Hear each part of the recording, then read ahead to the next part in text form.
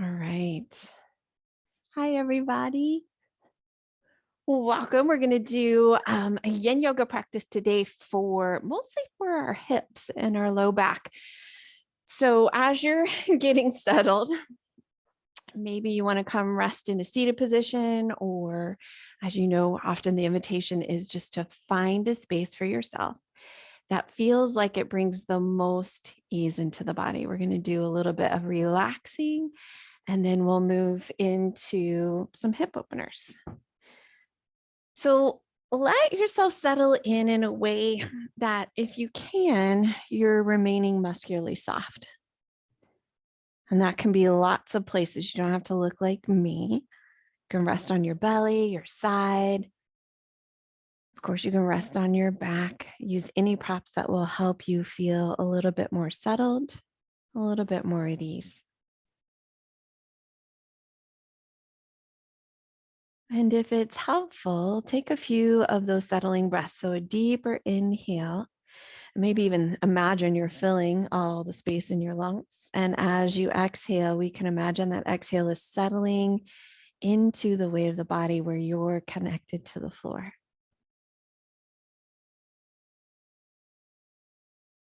Deep inhales, longer exhales, settling into the weight.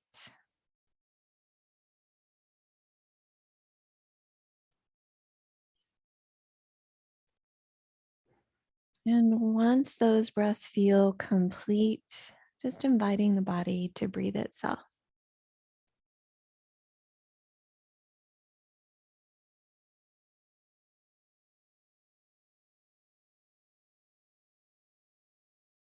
And as that breath begins to settle, just take a moment to notice what might be present for you, what might be present in that physical body, maybe what's even present in thinking mind or emotional bodies.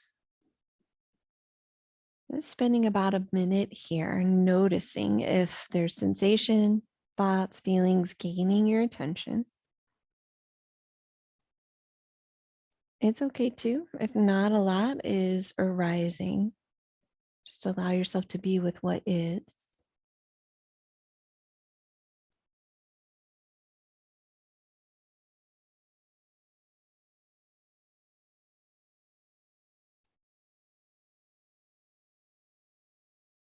This noticing with curiosity, trying to leave maybe those questions, or what we tend to do is start our story or self-judgment out of it for at least this hour.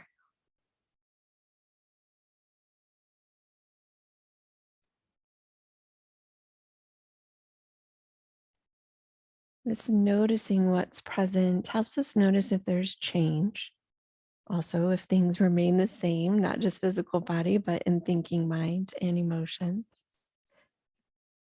It also helps us begin to develop the skill of one-pointed focus, noticing, exploring with curiosity, gaining some awareness.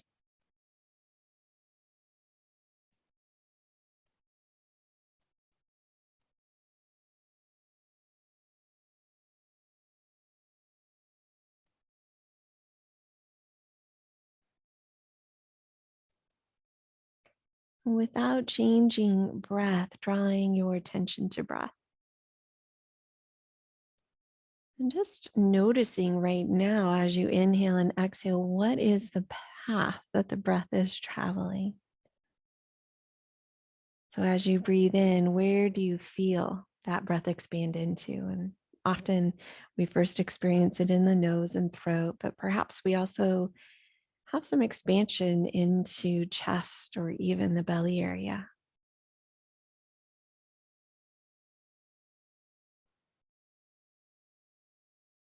As you exhale, is there a sense of ease or release that accompanies that exhale?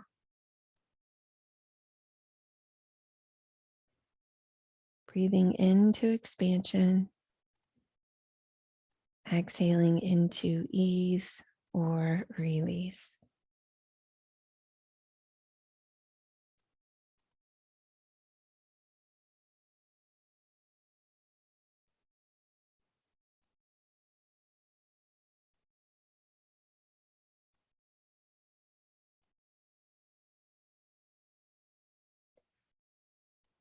You might even consider noticing the rhythm of your breath, just counting your own personal number of beats, noticing how many beats it takes you to breathe in, how many beats it takes you to breathe out. Those beats may vary on both the inhale and the exhale. Just about 5 breaths here, noticing the number of beats it takes you to breathe in, the number of beats it takes you to breathe out.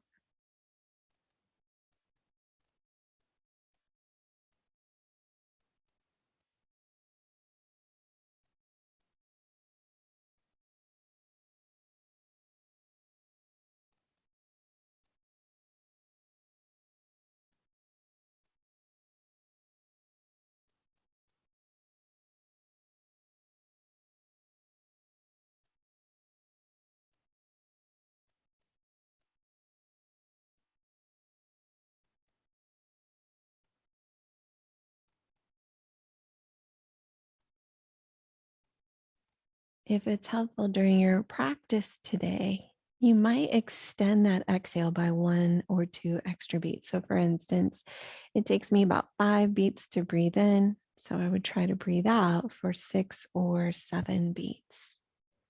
That can help us build a window of tolerance, not only for breath, but also for the space we may be in that might feel somewhat uncomfortable.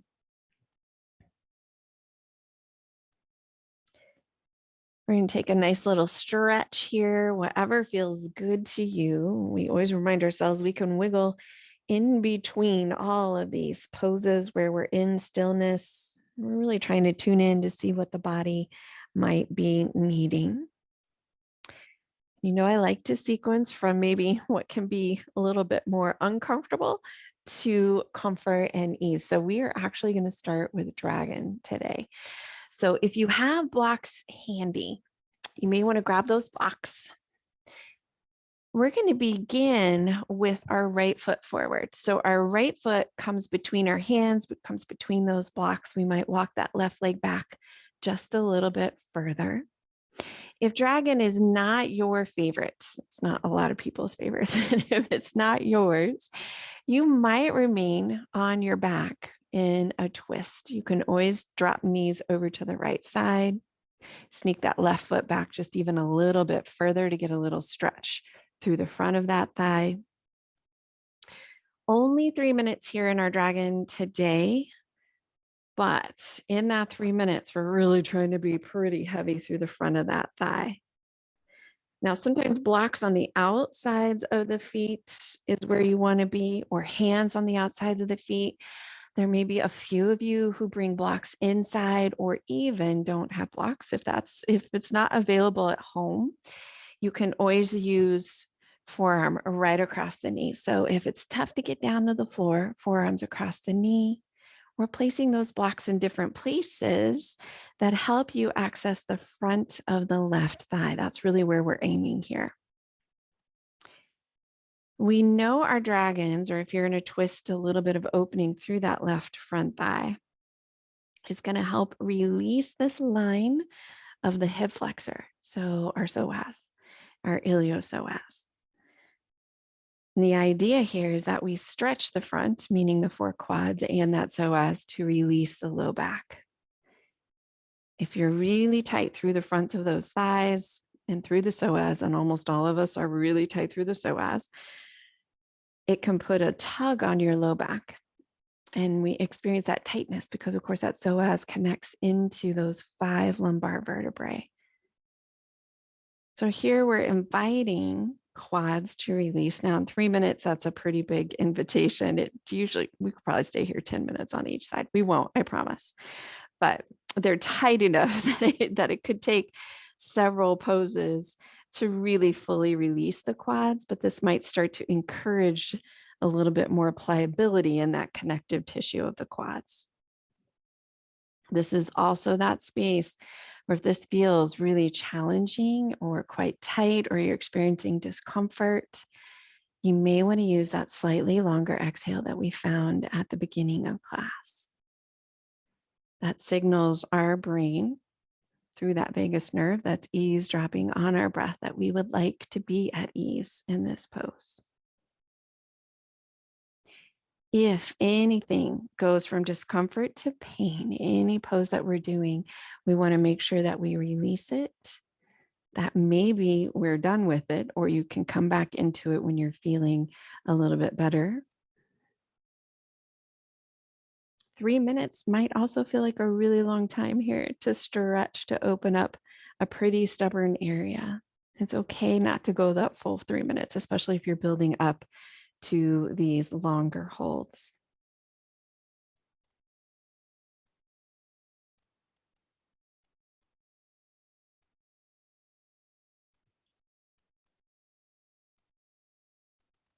In those spaces of quietness, we try to notice. We notice what arises. We might notice if it's physical. It might be emotional, especially in the dragons.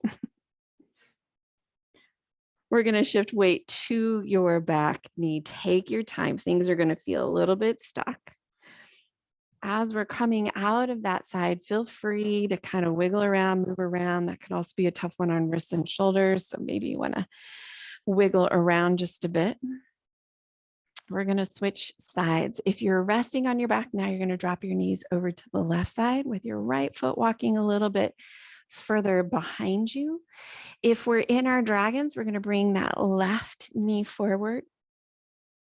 We walk that right leg back. And again, we might use blocks outside, hands inside. We can be up on forearms. You might not need blocks at all. 3 minutes on this side. And so for most of us, this right side, 80% of us, 20% lefties, 80% of us are going to feel like maybe the side's a little bit tighter, a little bit more stubborn. Just by virtue of being right-handed and more than likely right side dominant, we tend to get a little bit tighter on this side.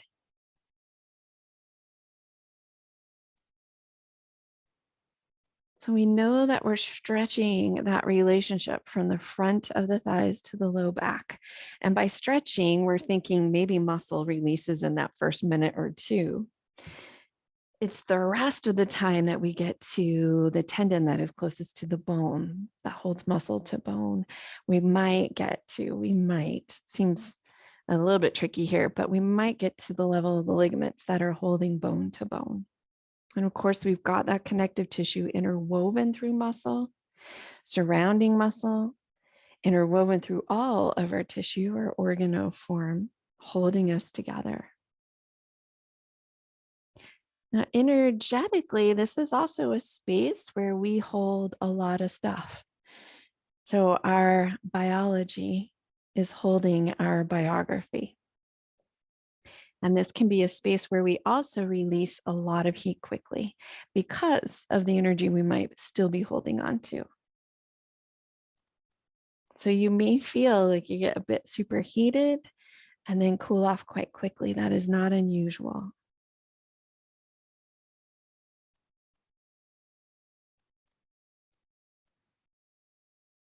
Perhaps even take a moment here to notice, how does this side compare to the other? Meaning, are there similarities as you're holding the stillness? Are there differences?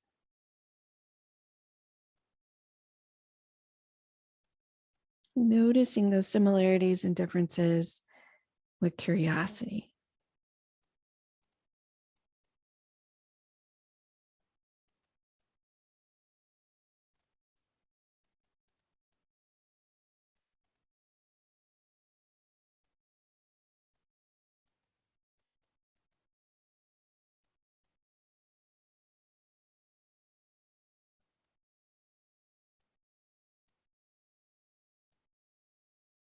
Maybe using that slightly longer exhale to settle into what may be uncomfortable. I always chuckle when we pull out the dragons. It's usually not going to be the most restorative, comfortable position we're in. Effective, but it's usually building some window of tolerance for these longer holds on some very tight spaces in the body.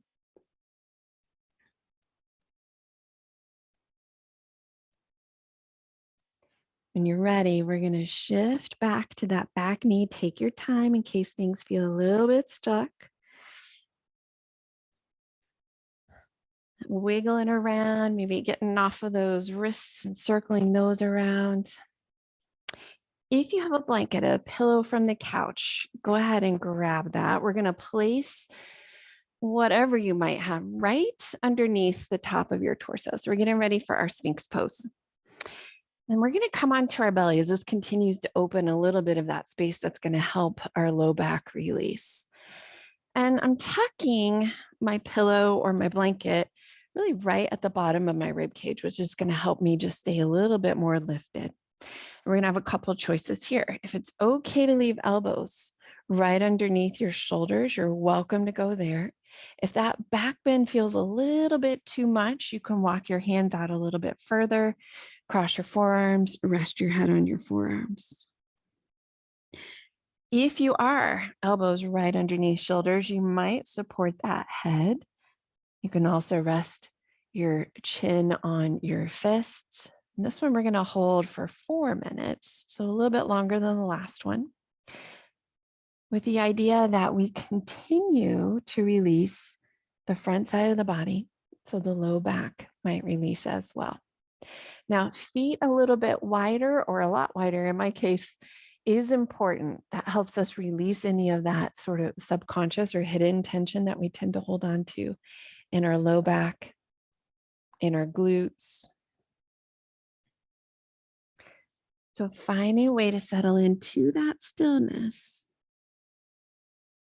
in this back bend.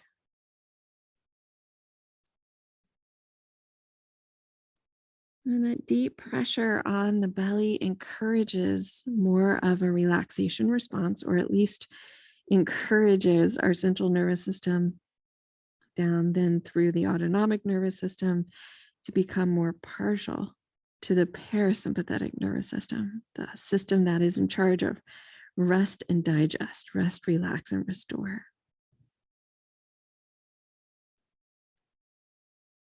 It's not uncommon when you're resting on your belly, and all the belly sleepers know this, that you get really relaxed or at least feel a bit tired because of that response in the body.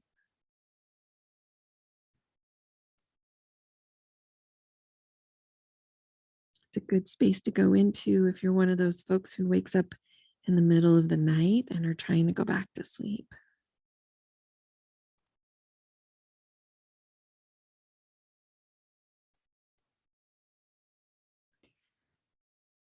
We might once again notice breath and use that slightly longer exhale that we found at the very beginning of class.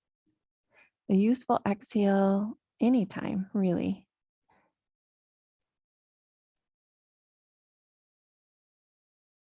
We are signaling through our vagus nerve that we would like to be at ease with that breath.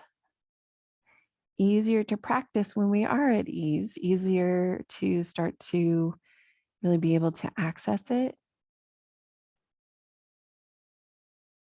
It's just like training any muscle in the body. We're training our breath muscle here to tolerate a longer exhale so we can access it maybe when the world is coming at us at a faster pace, when we may need some calming in that central nervous system.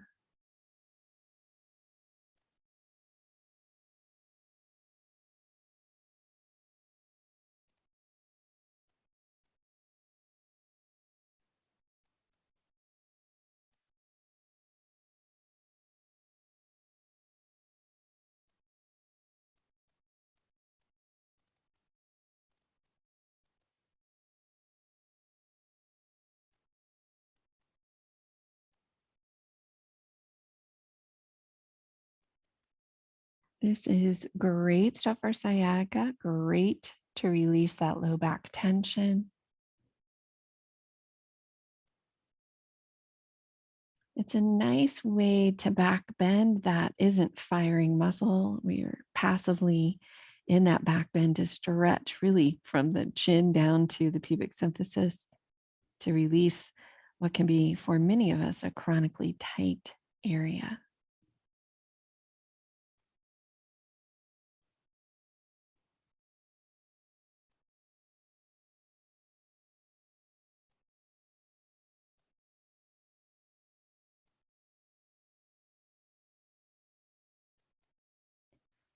when you're ready, we're going to press back just very briefly into a child's pose, just for about 30 seconds. And if child's pose is tricky, you can always be on elbows and knees and just pressing to round your back up towards the ceiling.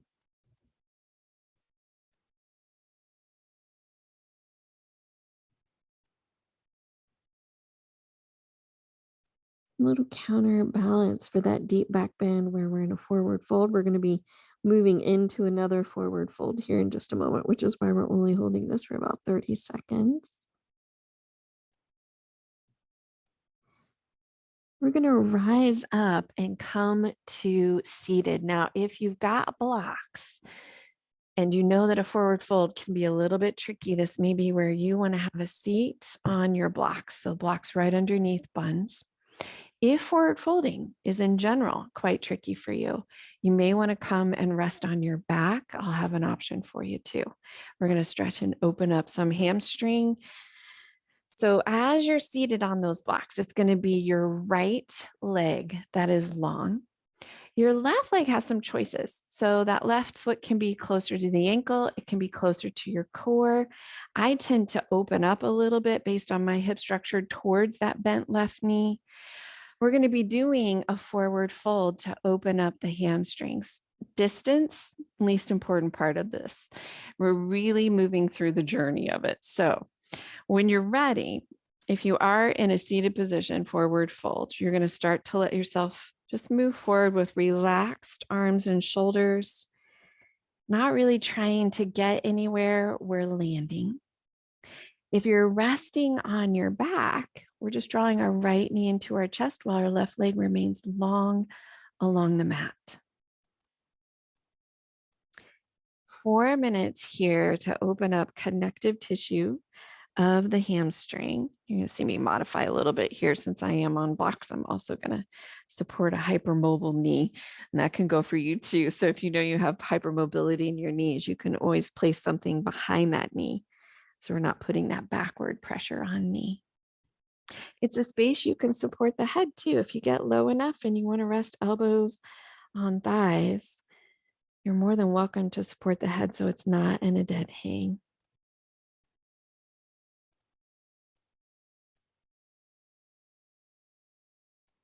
Forward folding can always be a bit tricky depending on hip structure, believe it or not, how your bones come together in that hip socket. And of course, flexibility. So hamstrings tend to be quite tight for many of us. And as I mentioned, arms, shoulders, doing their best not to really strive, or if you've taken a yawn class where we're grabbing a hold of parts of the legs or the feet to get further, here it's just about landing. So trying to find that space where you can be fairly relaxed through arms and through shoulders, through head, through back of neck.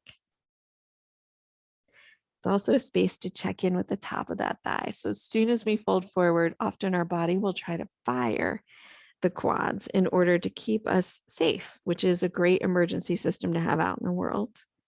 Here, we want to remind our body that we are safely stretching.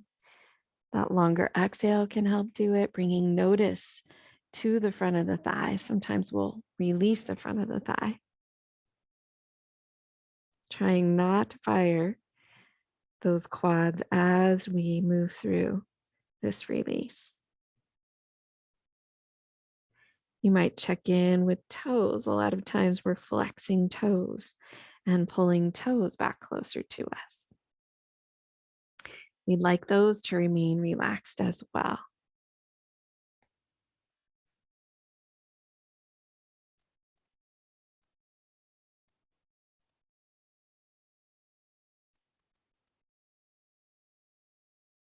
This may be one of those poses that really moves around. If you're quite tight in the connective tissue, often the first place you experience is really behind the knee. A gentle softening of that knee or placing something behind the knee can help if that feels very intense and uncomfortable. Sometimes we feel it move to the thick of the back of that thigh. Sometimes we feel it right at the bun cheek, at the origin of those three hamstrings, the tendons that connect to the sits bones.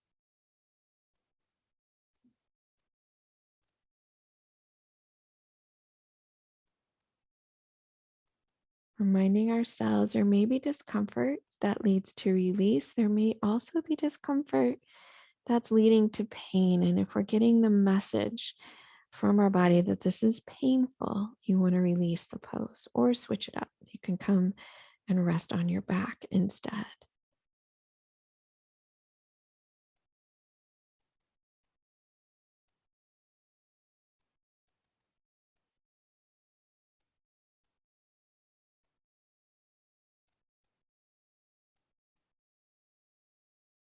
We're going to slowly begin to rise back up.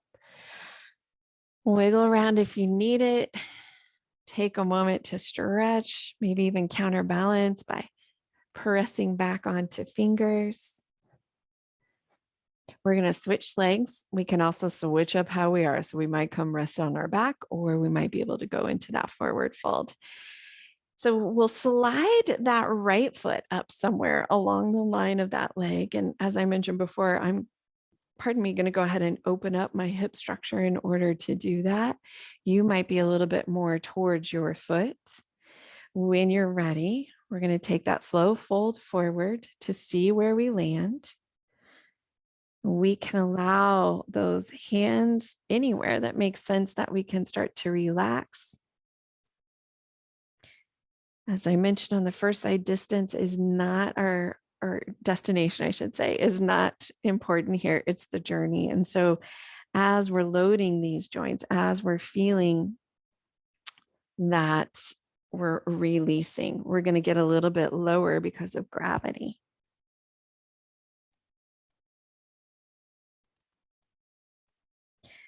Finding that forward fold. I'm going to switch mine up a little bit here because that back is still a little bit tricky.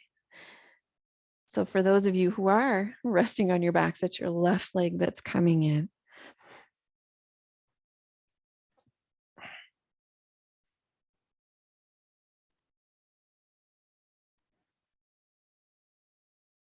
Doing our best to breathe into the ease of this pose. That doesn't mean it's easy.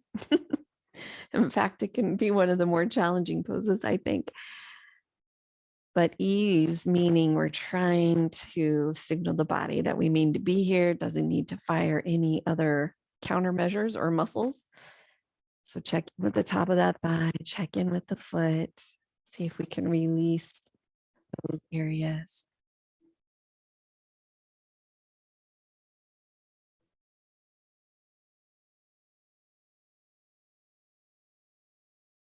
Releasing both the front and the back of the thighs can give us some freedom in the movement and mobility of our pelvis.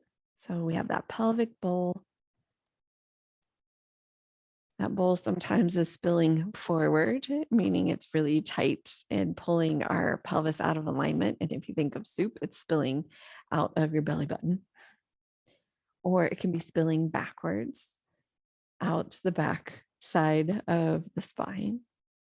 Can also be spilling from side to side. So we're trying to find that neutral place of that pelvic bowl. And you can imagine really tight quads or tight hamstrings pulling it forward or back. And then you have muscles that are trying to pull it back into alignment. That's where a lot of our tight low back and tight front come from. That tug of war between the front and back muscles.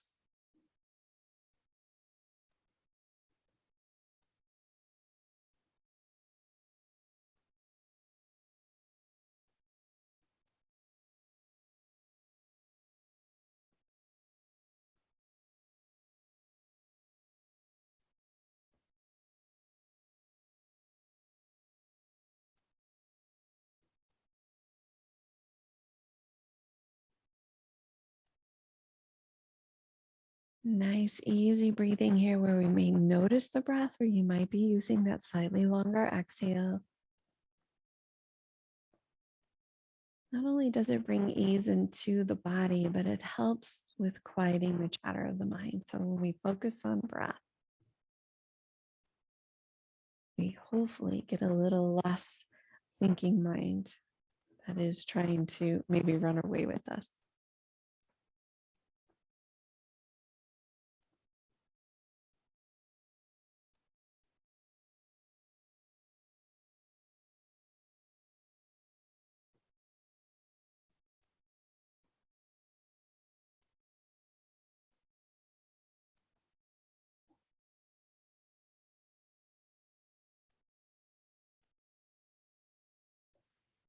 When you're ready, if you're in that forward fold, we're going to restack your spine.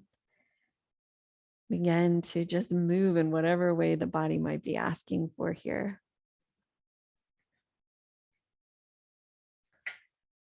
We're all going to make our way to our backs, and this might be a good spot if you've got a pillow from the couch or if you've got a blanket that you might want to place under your head.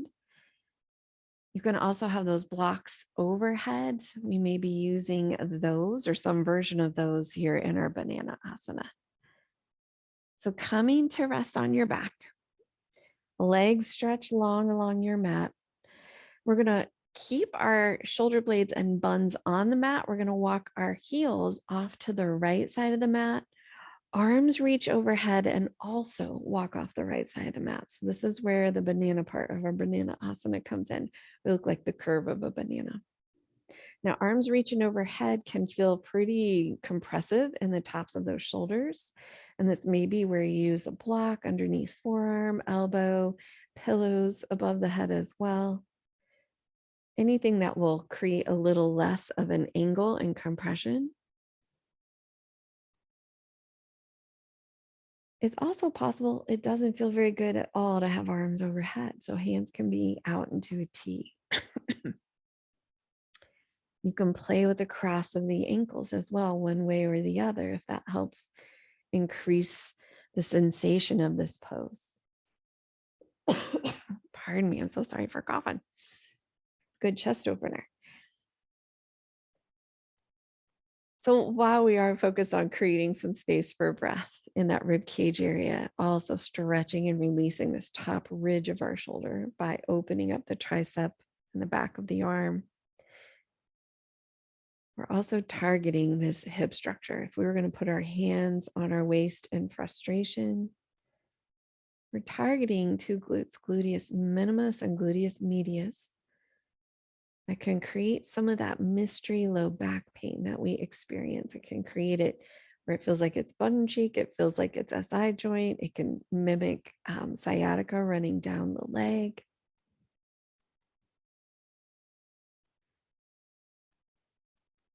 So hopefully releasing some of the low back, some of the mid back, some of the upper and shoulder areas.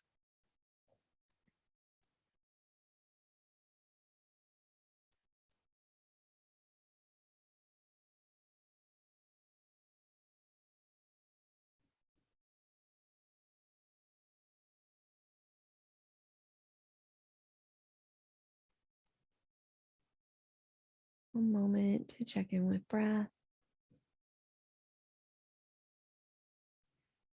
Maybe using that longer exhale or just simply awareness of the in and out breath.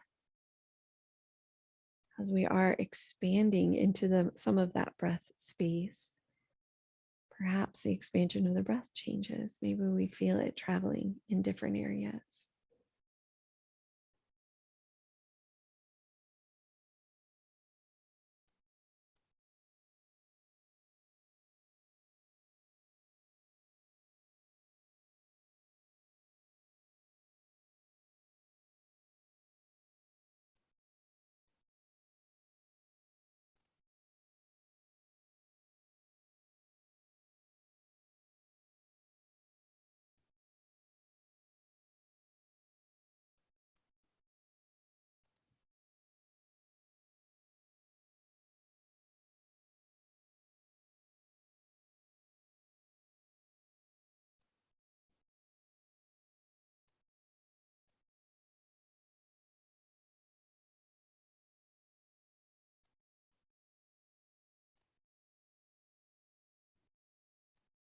When you're ready, we're going to bring those hands back through center, down by our side. We'll walk our feet back through center.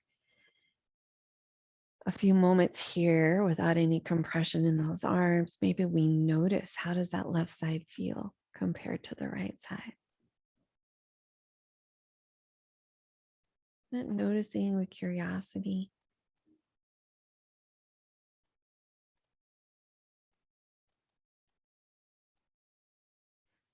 And then we're going to begin now to walk off to the left side. So heels go to the left, arms reach back overhead. We can use those blocks to help with the arms and their reach. You can play with the cross of the ankles.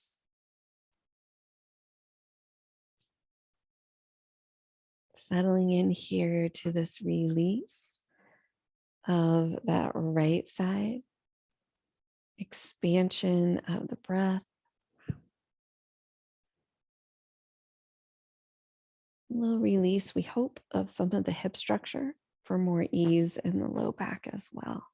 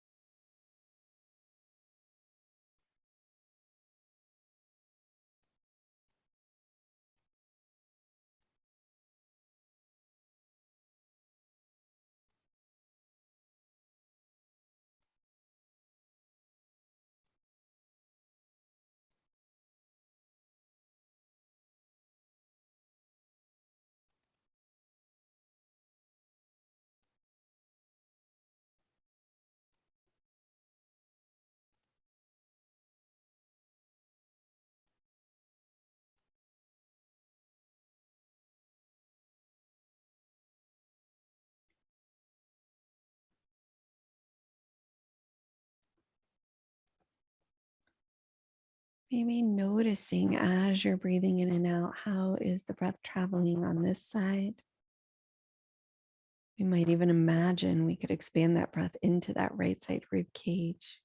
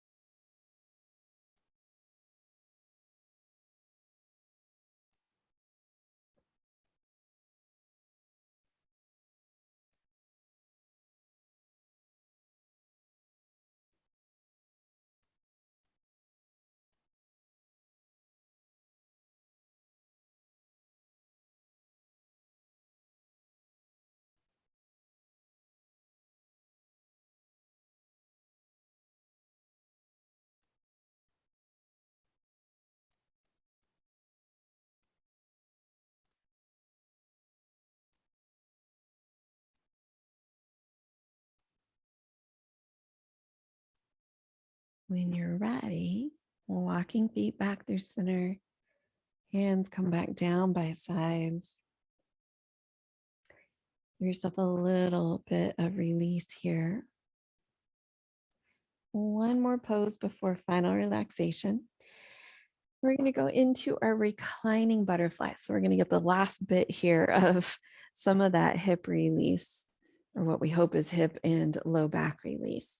This is a good spot for blocks. So soles of feet together, knees drop out. If it feels like they go too far, you can always place those blocks underneath thighs, behind knees. Of course, you can let them just simply open out in butterfly. If butterfly feels uncomfortable for any reason, we just do the opposite, where we walk our feet wide and drop our knees towards each other. So that constructive rest pose space is a possibility as well. So butterfly just for 3 minutes. Most of our poses today, 3 to 4 minutes, a little shorter, but so we can get maybe more spaces in the body. Spaces, especially in the hip structure. So our butterfly here for 3 minutes.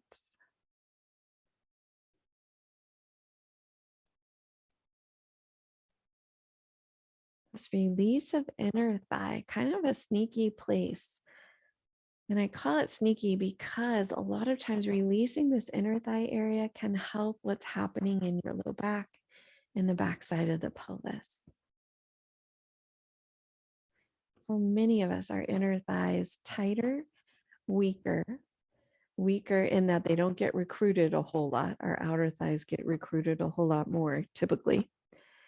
So strength wise, a little bit tricky. So we've got some imbalance between inner and outer thigh, and also tightness wise, especially connective tissue.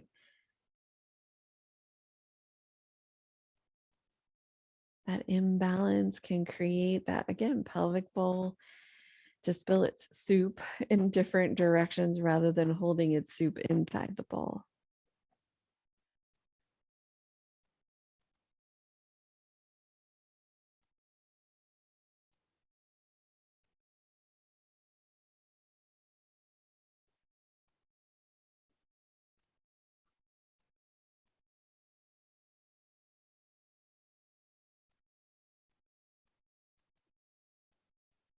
Maybe one final pose here to focus on breath. Might just simply notice, how's the breath doing here at the end of class? Has it changed? Is the rhythm still similar or different as to when we began class, comparing?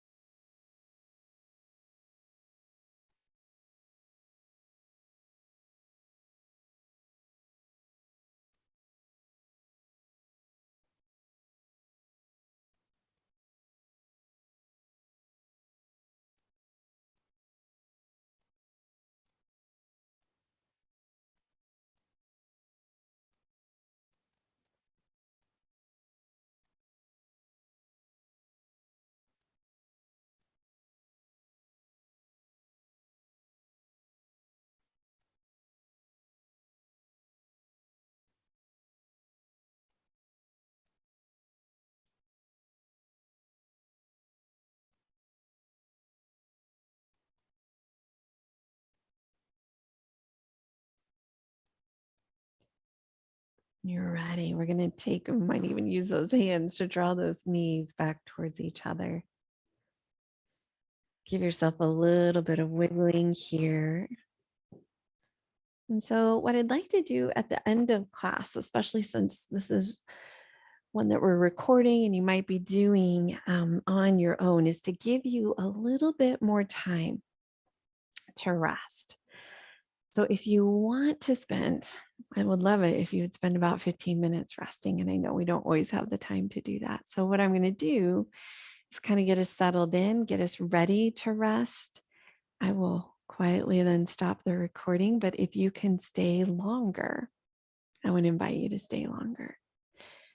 So we're going to get comfortable. And just as the beginning of class, whatever space here feels comfortable to you. So if you've cooled down during class, grab, blankets, sweatshirts, socks.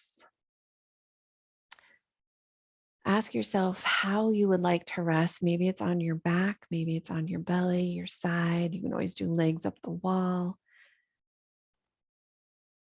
If you have a couch or a chair handy, you can do calves on the couch, which is very much like legs up the wall. And we want to get settled in such a way that we feel at ease.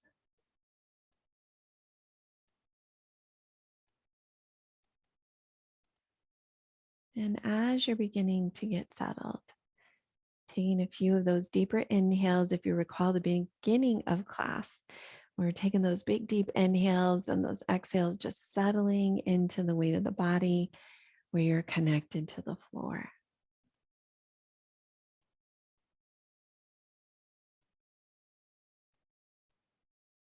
And once those feel complete, we invite the body to breathe itself, the breath is traveling as it chooses and traveling with ease.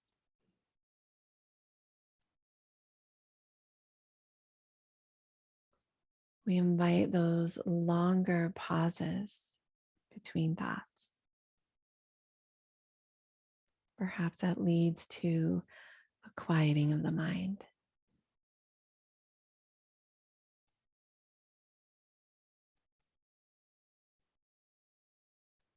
We let go of all of the doing of our hour's practice, all of the doing of our day. And we invite ourselves to just simply be, to be resting here in a sense of ease, to be resting here perhaps even in a sense of well-being, to be resting here in ease and well-being for as long as you choose.